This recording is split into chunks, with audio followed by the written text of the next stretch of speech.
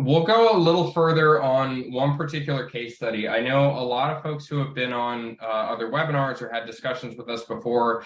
We've actually talked about this one, which was a group that was trying to push more participation into their mail order pharmacy. And forever, they had used one version of a letter which looked like the one on the left. And the sort of ask to Clarity was, we believe that there might be an opportunity to get more participation just by doing some design work to this letter. But two, we want to understand how resonant this really is with people, and we're not currently tracking the data.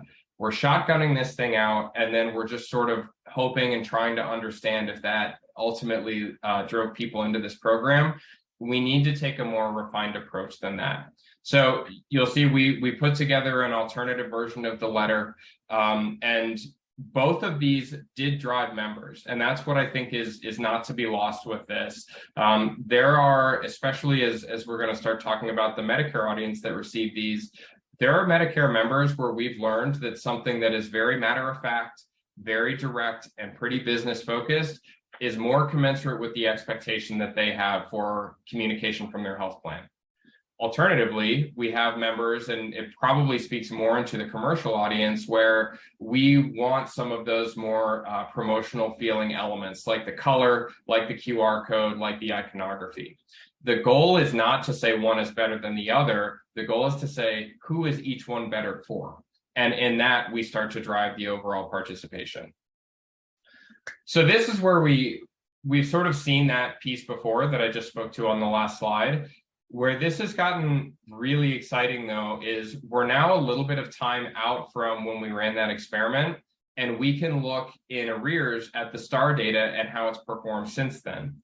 So here's how I'll sort of break this down, if you bear with me.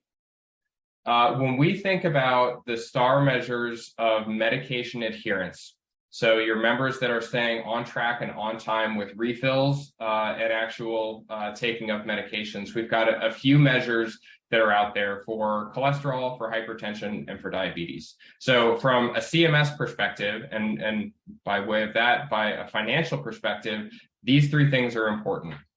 And they're so important, actually, that CMS also triple weights these particular measures in a STAR calculation.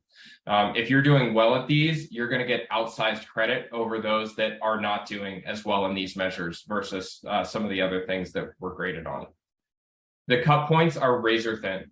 There are 3 percentage points different between 3-star and 5-star.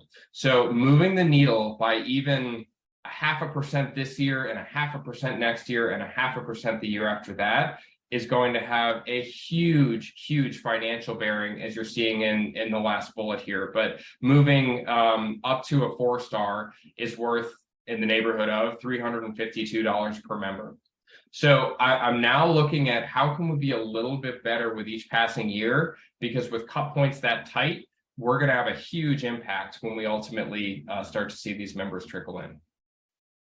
So an important analysis that we married with this is that when members, this is an NIH study, when members participate in mail order pharmacies, med adherence improves 3% to 9%, depending on which of those 3 measures we're looking at. So now we start to put some of these puzzle pieces together. When Clarity worked with this client on their AME campaign, we saw 16% of the Medicare members that we distributed out to ended up joining into that mail order pharmacy program. That turned out to be just a little over 9,700 members.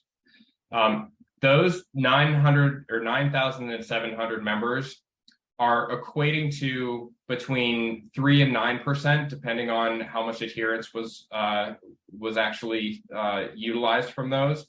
But we saw what I think is getting awfully close to a 1% increase of their overall population was now engaged in that program.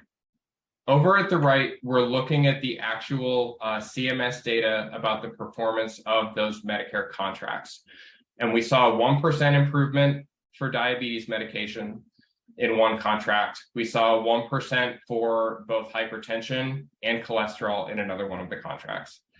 the volume that we nudged, or an equivalent volume to what we nudged over to that plan, ended up boosting those measures by a percentage point.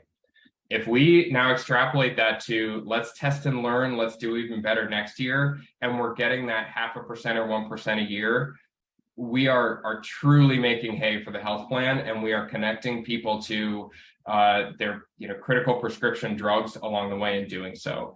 It's a really exciting revelation that we've been able to look back and say the volume of people that AME moved had a bearing on an improved STAR cut point measure. So one that I think is really interesting to look at.